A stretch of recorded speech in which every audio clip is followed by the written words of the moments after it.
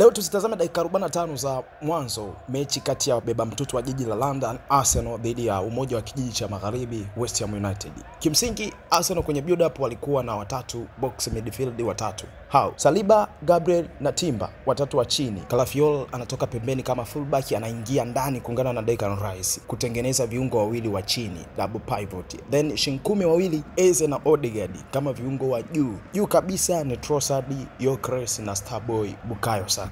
Kuna why mbili hapa.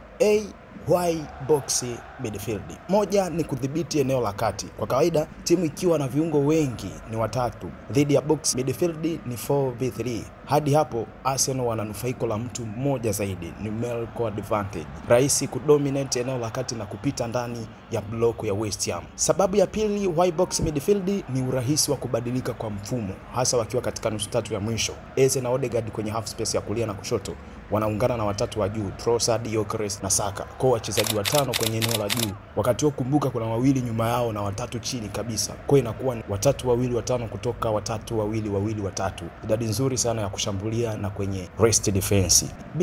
Why Calafiori kwenye double pivot. Kwanza naweza kusema msimu huu ameimarika sana kimbinu. Anajua ni hatua gani ndogo achukue kuathiri mchezo. Kiufundi pia yuko sawa. Anaweza kupasi, shingo yake pia haitulii. Kulia kushoto kukusanya taarifa. Japo sababu kuu niliyogundua ni uwezo wake wa kuficha mpira. Frame yake ukimtazama ni jibaba kweli. Akikaa katikati ya mpira na mpinzani anachowaza ni kusonga mbele tu. Lakini pia uwezo wake wa kubeba mpira. Hii ni muhimu sana. Siku hizi kuna wakati mpinzani anakuplace man to man. Options za pasi ni chache mno. Unahitaji mchezaji ambaye ana uwezo wa kubeba mpira kutokea chini. Calafiori na Rice wote wanaweza. Cha kufurahisha ni kwamba Nuno Espirito Santo na vijana wake walikuwa na solution nzuri mno ya namna ya kukabiliana na box midfield la Arsenal. Hao bila mpira wanakuwa kwenye muundo wa 4-2-3-1 iliyobana ndani zaidi. Samavel na Bowen wakawa wanaingia ndani kuungana na watatu, Magasa, Fernandes na Paqueta. Kwa wanakuwa viungo watano dhidi ya viungo wanne wa Arsenal. Hadi hapo West Ham wana mtu mmoja zaidi. Juu anabaki Fulkrug kuwanyima uhuru wa kusogea na mpira Gabriel na Saliba. Chini kabisa kuna Wan-Bissaka, Mavropanos, Kilman na Diouf kukabiliana na Saka, Gyökeres na Trossard. 4v3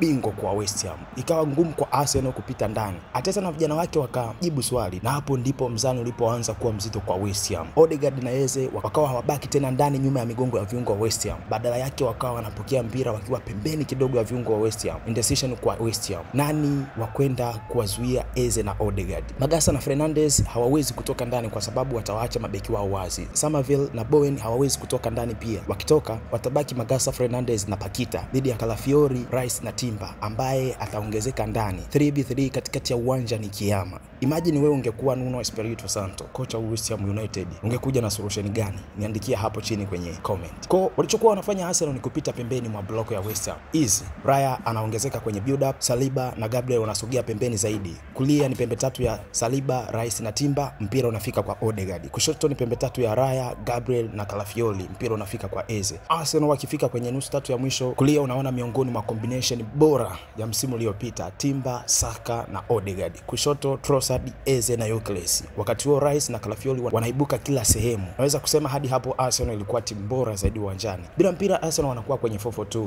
Pressing yao ilikuwa na dhumuni la kuwalazimisha West Ham kucheza mipira mirefu. Walikuwa wanahakikisha wachezaji wote wa West Ham wanaohusika kwenye build up wanawekewa pressure. Kuingia kwa Zubimendi kuliongeza swali lingine kwenye pressing ya West Ham. Ana drop katikati ya Saliba na Gabriel. Swali kwa Fulkrug, unamfuata au unabaki? Ukimfuata mpira anaucheza kwa Calafiori. Ukibaki anasogea na mpira. Unafanyaje sasa? Arsenal kimbinu walikuwa bora sana. Namna ambavyo wanaibuka kwenye maeneo tofauti ni ngumu mno kukabiliana nao. Huyu Calafiori akiendelea hivi guarantee msimu huu ataweka mpira wavuni mara kadhaa. Kuna maeneo anaibuka unajiuliza kwani anacheza namba ngapi huyu? Same kwa Timber pia. Rice ndo kabisa hana namba maalum uwanjani. Nimaliza video hii kwa kukutofautisha haya maneno mawili, tactics na strategy. Tactics ikiwa na maana ya mbinu na strategy ikiwa na maana ya mkakati. Strategy ni mpango wa jumla wa uchezaji wa timu, e.g. possession based football, gegenpressing, counter attack na kadhalika. Sauti ya kocha atasema tunakwenda kucheza na timu C. Mpango wetu ni kumiliki mpira sana au ni kujilinda sana na kushambulia kwa mipira mirefu.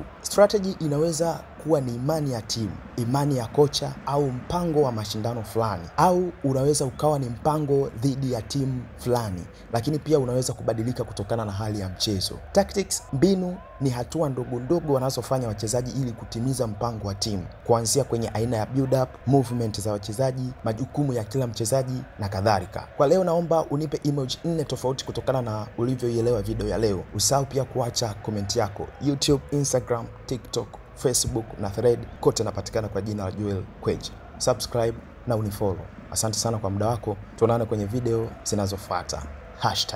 #lielewe soka.